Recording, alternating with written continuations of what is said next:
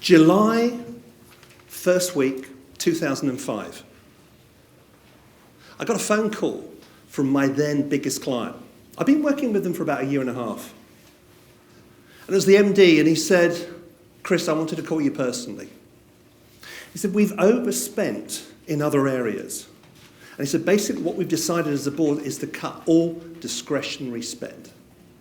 And he said, I'm really sorry, we're going to have to cut all the work with you for the rest of this year. I'm sure we can work together next year. And he put the phone down, and I thought, oh dear. And I looked at my calendar, and suddenly it was empty. This client had grown over the past year and a half to become 80% of my business. And that was the day that I woke up.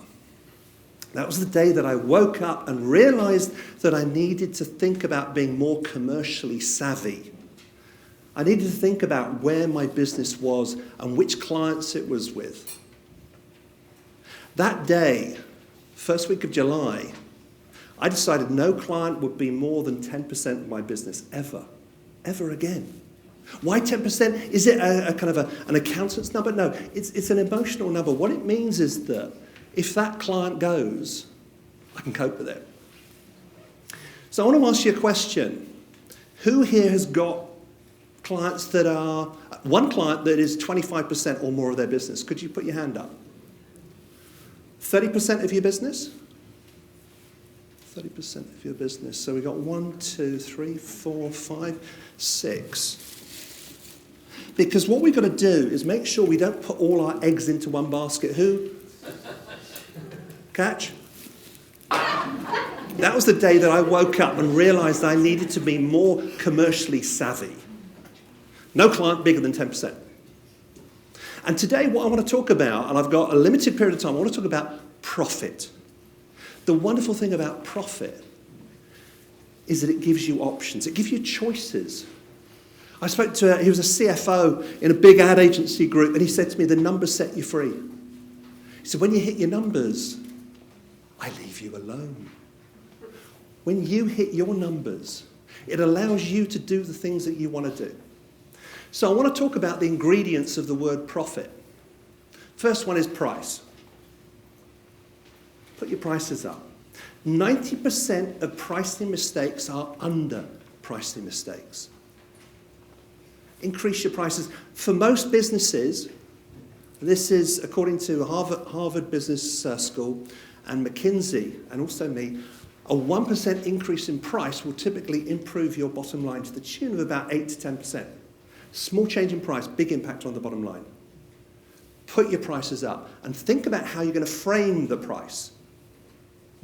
Second one is the R, relationship. Have the right relationship with a decision maker.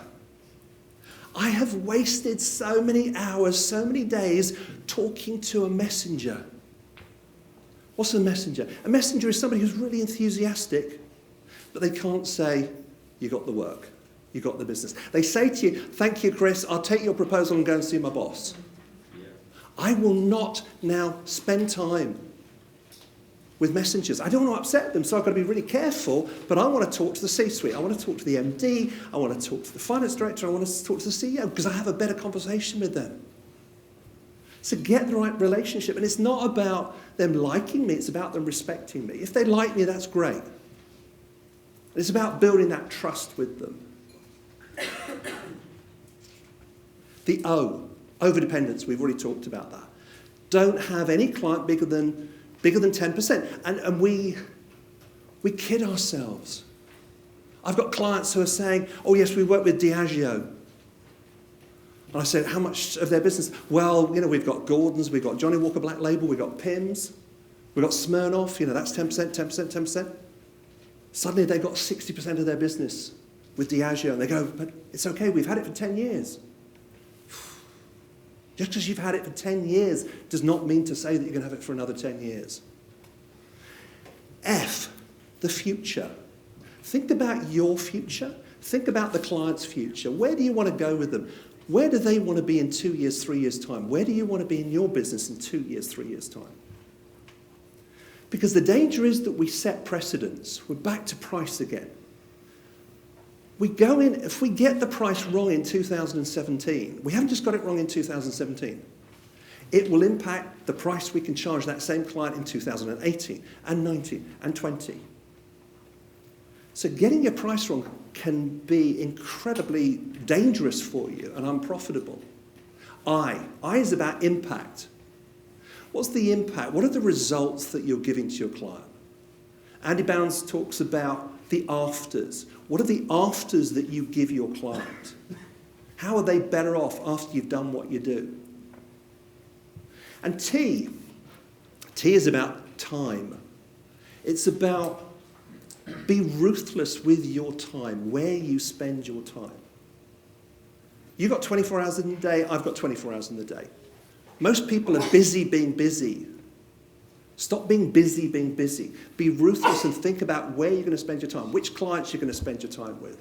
Thank you. I've been Chris Merrington. Thank you very much.